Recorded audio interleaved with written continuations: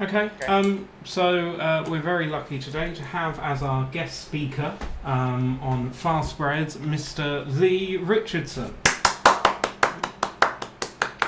Thank you for having me. Right, so have you got your first slide up ready? I'm seeing Fast Breads, 50 recipes for fast, delicious bread. Are we going Okay. through 50 individual recipes? No. That was just the name of the book. The Please name of hold the all questions till the end. Yeah, the name of the book was Fast Breads: 50 Recipes for Fast Delicious Bread. So first, if you'd like to click onto the next slide. So first, we need Oh. to talk about the bread basics. So first, we need to look at the equipment that you need. So if you click again, it should bring up the list of equipment. Hopefully, if I've done it right. Yep. Has it done it right? Yeah. Okay, so first I'm just going to go through these because these are obviously what you need just to make bread, or the basics for it. So first off, you obviously want to get a bread pan.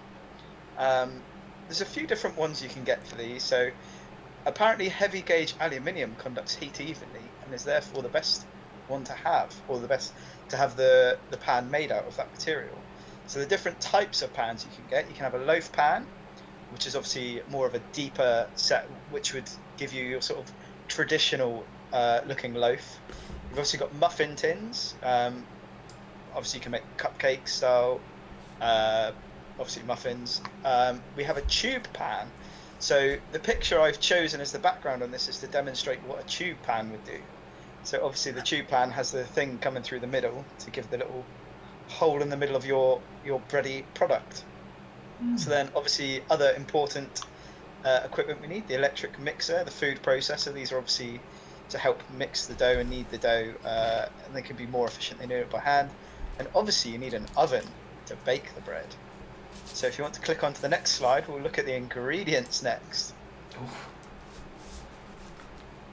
So you're on the next slide. Mm-hmm. So if you click again, then the ingredients should come up.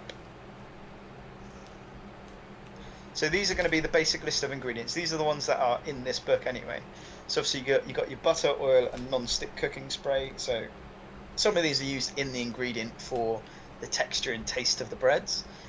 Obviously, the non-stick cooking spray is simply used to stop it from cooking, not cooking, sticking. Obviously, cornmeal can be an important one. So that's obviously like, well, cornmeal is. In particular, that covers sort of, it's involved in cornbreads, which we'll look at later. Obviously, eggs and flour, I'm sure you're familiar with those. You've got flavorings, spices, and herbs, obviously, to add a bit of extra taste. So the grain gains, so we're looking at certain grains you can have. So you've got oat kernels, you've got sort of wheat grains, oat grains, different grains you can add into your bread. Leaveners, obviously, so what's going to make the bread rise in the oven. You've got two types of these. You've got natural and unnatural ones. So your natural ones, you'll be looking at like yeast. You've got air and steam. Obviously, when you knead the dough, you can get the air in there so it rises. And then obviously the sort of chemical man-made ones, you'd be looking at baking soda, baking powder, that sort of thing. Milk and buttermilk. So that can be used instead of water. Generally, that will make the bread, give it a softer, more fluffier texture. And then obviously nuts, just more for, depending on the recipe, a bit of extra flavor, salt, sugar, and sweeteners.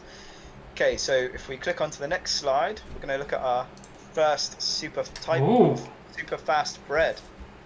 So this category was just titled super fast breads. So these ones are generally very quick and easy to make.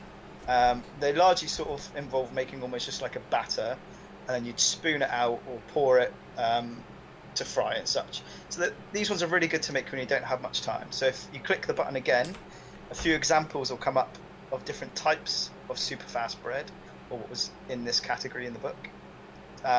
So the first one, you should have a butter drop biscuits. So these are obviously a recipe that uses butter. These are nice and soft, tender biscuits. Again, they look back at you, just make the dough, get a spoon, drop the spoonful in, bung it in the oven, and there you go. So popovers would be the next one, or in this case, very big popovers. So a popover is basically a muffin-shaped bread. So apparently the best way to eat these is you make a big slit in the top, pour jam in, and then you just eat them with your hands and pull them apart. Apparently a good thing to use for these is called a Texas muffin tin. I believe that's just sort of a taller muffin tin to make the muffins obviously taller.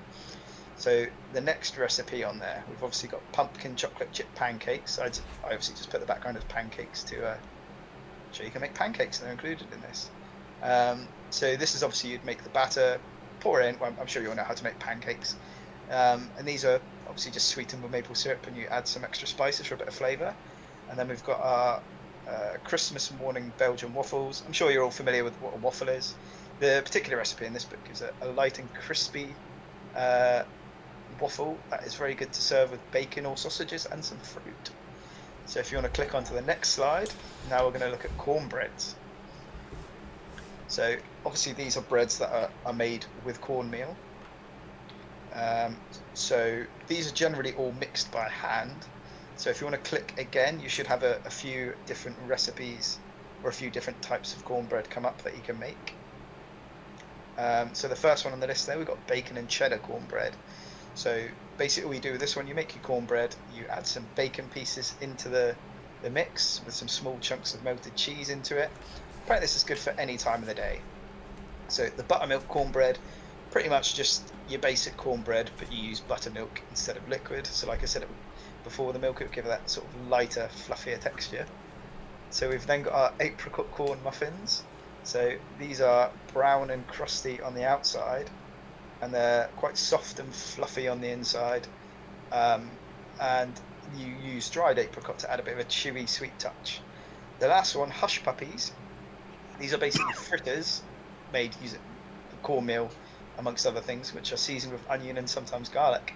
And according to legend, this southern delicacy got its name from a cook who was frying a supper, and there was a dog who kept yelping, wanting some food. So he threw some of the batter and yelled, "Hush, puppy." This little history Hmm. fact for you. So if you click onto the next one, we're now going to look at refrigerator breads. So these are basically breads that when you make the dough, it essentially breaks it down into steps. So you make the dough, you then put the dough in the fridge. I don't know if you've ever seen it on the Great British Bake Off, they do that sometimes, and then it will rise in the fridge and whatever. And then later on, when you want to make something out of the dough, you then use that dough, shape it into whatever you want. So if you press again, it should come up with a few different types of bread you can make out of this dough. So you've got a crusty artisanal bread. That's just pretty standard crusty loaf. There's not too much to go on with that, made with basic ingredients. Then we've obviously got our brioche. I'm sure everyone loves a good brioche bun. So these obviously get a lot of their texture and fluffiness from the eggs and butter. Parker House rolls. So they're a soft, subtly sweet, buttery roll, apparently invented in the Parker House Hotel in the 1870s in Boston. They're easy to shape and rise in about 30 minutes. The last one there I put is cinnamon twists. So these are sweet rolls which use cinnamon sugar swirling through their soft center and a crisp glaze on top. Okay, so if you click onto the next one, so now we're going to look at some buns, rolls, and small breads. These are more old-fashioned sort of recipes. They're generally use least they're yeast leavened. Okay, so if you click again, you should get a few come up there. So first, crumpets. I'm sure we're all familiar with these. So they generally similar idea to the way you make a pancake. Pour the batter in. You normally use a small circular sort of container, well, not container, but or cookie cutter or something like that to make the small circle. And crumpets, you probably notice they have those small little holes in the top. That's obviously for holding the butter that you've melted in there after when you come to eat them. So butter crescents, they're basically soft, buttery American versions of a croissant. So if you think about a croissant, and that's what a soft, buttery version that would be. Then the gingerbread donuts. Hang on one second. Yeah, gingerbread donuts with lemon glaze. So these are apparently they were invented by a man called Hanson Crockett Gregory. Oh no, these weren't invented by him. Sorry, he made the first hole in the donut in 1847 in Camden, Maine. So you think about all the donuts you have with a hole in the center. Supposedly it came from this guy here because he used to knock out the centers of undercooked donuts and then fill them with jelly. But otherwise, it's just a standard donut, like I said, with a hole in the middle, made using gingerbread and a lemon glaze on top. Cinnamon bayonets, I presume that's how they're pronounced. These are deep fried. They're sort of a crispy, airy, deep fried puff. You'd essentially use ice cream scoop to create like a small ball, which you then obviously deep fry. So if you click again, we'll go on to the next slide. So here we're looking at our loaves and round breads. So these are generally, they're sort of batter breads, which use yeast, and they tend to use more liquid to flour ratio. So obviously less flour, a bit more liquid. So that's where this sort of battery idea comes from. So if you click again, then the list, a few should come up. So first we have our Borrowdale raisin tea loaf. So for this one, you have to soak the raisins overnight in tea to give them that little bit of extra flavor. And then you'd obviously bake them inside a whole wheat loaf, or you'd use whole wheat flour for this bread. Apparently it's perfect with a cuppa. And then we have our carrot, cranberry, and walnut loaf. So if you think carrot cake, this is kind of the bread version with it. But obviously it's got some cranberries and walnuts thrown in there. Very nutritious stuff, that one. Then we have our dark Irish soda bread. So this is an Irish recipe. There's not too much to say on it, but it uses baking soda, hence the Irish soda. Apparently it has a crusty, light texture. The last one is actually almost two recipes. So it's tomato, basil, and onion is one, and then the other would be the focaccia and fig and gorgonzola focaccia bread. So I presume I'm not slaughtering the pronunciation, but focaccia bread is basically sort of the middle ground between pizza and bread. So if you think that sort of texture and consistency, and then these are a couple of examples of the toppings you can put on them. So if you click, we'll go on to the next slide. Here we're looking at bread dishes and bread toppings. These are essentially, if you think of these as recipes that you could make with once the bread's past its best, but not obviously not gone off, so it's still edible, but slightly past its best. So first we've got the ham and Swisson rye strata. So this is just a simple recipe. So you could use pretty much any of the breads for this. It's basically you have a bread layer, and you have an egg milk consistency custard with cheese layered on top, and then you'd bake it. This example obviously also has ham on top. And we have our BLT cornbread salad.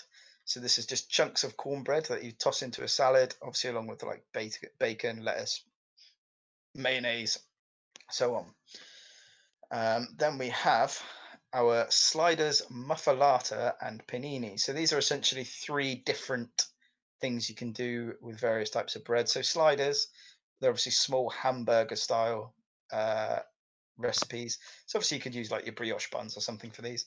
Muffalata is apparently a New Orleans specialty. It uses salami, ham, and cheese, and olive salad, baked in a crusty. Hang on, let's put that nose missing. Baked in a crusty loaf.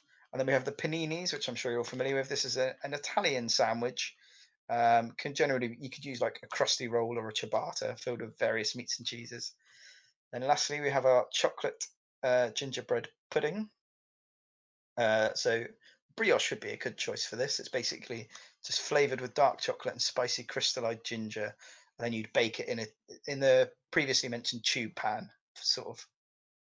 So you'd get that hole in the middle. So these are obviously examples of different types of fast bread you can make. And yeah, this brings me to the end of my presentation. Do you have any questions? Yeah, a couple actually. God. So you were talking about the learns. Is that what they were called? That help the bread rise? Leaveners. Leaveners. There we go. Yeah. Is there any advantage between kind of natural and artificial, or is it just very much dependent on the bread recipe? That is a very good question. Next. Okay. There was a section in the book that covered making breads with yeast and without yeast. Mm-hmm. Obviously didn't cover it in this. Apparently, generally making bread with yeast is easier than making it without. Okay. I presume the baking soda and the baking powder are just sort of a chemical version instead of yeast. But Yeah. apparently the yeast is very adaptive. So if you put too much water in, too much flour, or if it's too cold or too hot, obviously it will affect how long it takes the bread to bake and the consistency. But yeast tends to adapt a lot better than if you're not using. Obviously, if you're using something else. Yeah.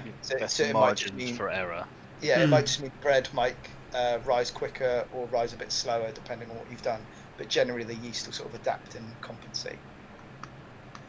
Cool.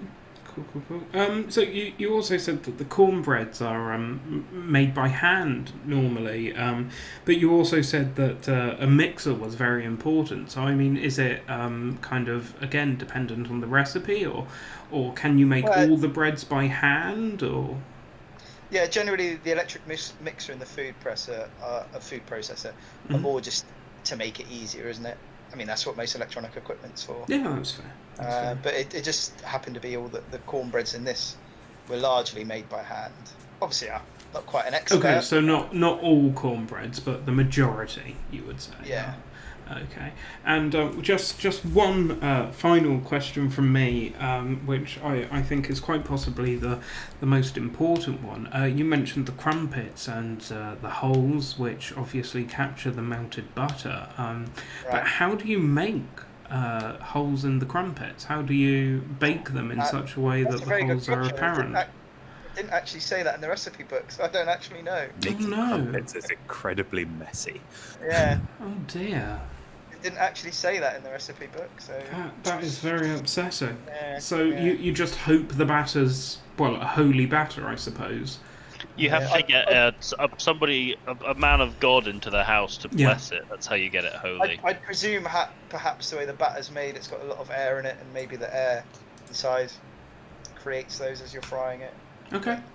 Kind of a guess, that. That is correct. Oh, there we go. There we go.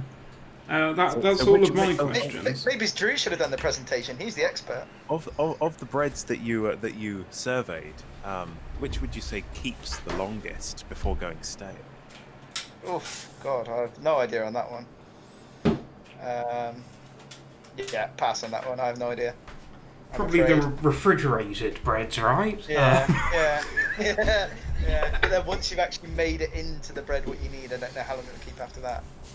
I see. And of the breads you surveyed, which would you say has the least environmental impact? Oh, you're going with the environmental stuff, are you? That's a very good question, yeah. Well, they all use pretty much the same ingredients. I'd say the refrigerated ones would probably have a larger environmental impact because you're having to refrigerate them for a longer period of time. Obviously, you're using energy refrigerating them. I'd say probably actually the super fast ones, probably more environmentally friendly because I imagine with how quick you make them, you use a lot less energy, so there's a lot less cooking time and stuff like that. Yeah. And obviously there is the benefit if you're making these breads yourself, you're not buying loaves of bread or whatever in packaging. So just by making these yourself, you're potentially helping the environment by reducing the amount of package usage overall. It's very important to use the yeast amount of packaging. I see what you did there. That was terrible and I loved it. Yeah. Just like this presentation. And you glorious. You said that the dark Irish soda bread was a recipe from Ireland. Are we allowed to bake it even though we're not Irish? I believe so, yeah. I won't have you appropriating my culture. I can give you a written note if you like. I, Muffin, hereby give permission. Basically, Muffin, you have to make that one for us. Okay. I really liked how frequently I turned up in the presentation. There were lots of references to They me. need the tin after you. I'm just amazing. So much fun. I feel famous. Can we go back? Sorry. Can we go back? Like on that last slide, we have to change your nickname on occasion to Muffalata. Yeah, I will be Muffalata. When I'm being particularly sassy, I can be Muffalata. Let's go. No, go back to the rounds. I have an issue with that slide. Okay. I think you know what the issue is. Is it the picture? Yeah, it is. What do you call that? I can't remember what that was. I did actually A Google... fucking square, pardon my French. It's a square. Well, It's got four corners. It does have rounded edges. It says loaves and rounds. It's less round. So that would just be a loaf of some description. Would it just be a loaf? Would it just That's be probably the raisin tea loaf one, isn't it? Let's go through and guess what they all are. Go back to the beginning. Let's guess at what they are. Oh, let's not. Well, none of these are the exact recipes from out the book because These obviously- are all Google image searches. These are guessing Yeah, images. Basically, yeah. You just Google bread and then. Pretty much. You're not far off. I'm pretty sure that the picture on the slide for cornbread is not a loaf of bread, but it's Yeah, actually that's corn. That is just corn. But please do correct me if I'm wrong. No, I think you're right. No, that's Is that- if is you that- if you zoom really really far in to cornbread, that's what it looks like. That's it's like- cornbread in an electron light. Yeah, there's a cow in the background for the cheese, and then there's like a little piggy running around for the bacon. Yeah, that's how it works. That's how it works. I think I want to be called apricot corn muffin. Okay. You can Call be me called that You can call me ACM. ACM. ACM. Oh yeah. I mean, it's not quite as memorable, but sure. I think I'm going to. Well, it's just my full name, right? Muffalata.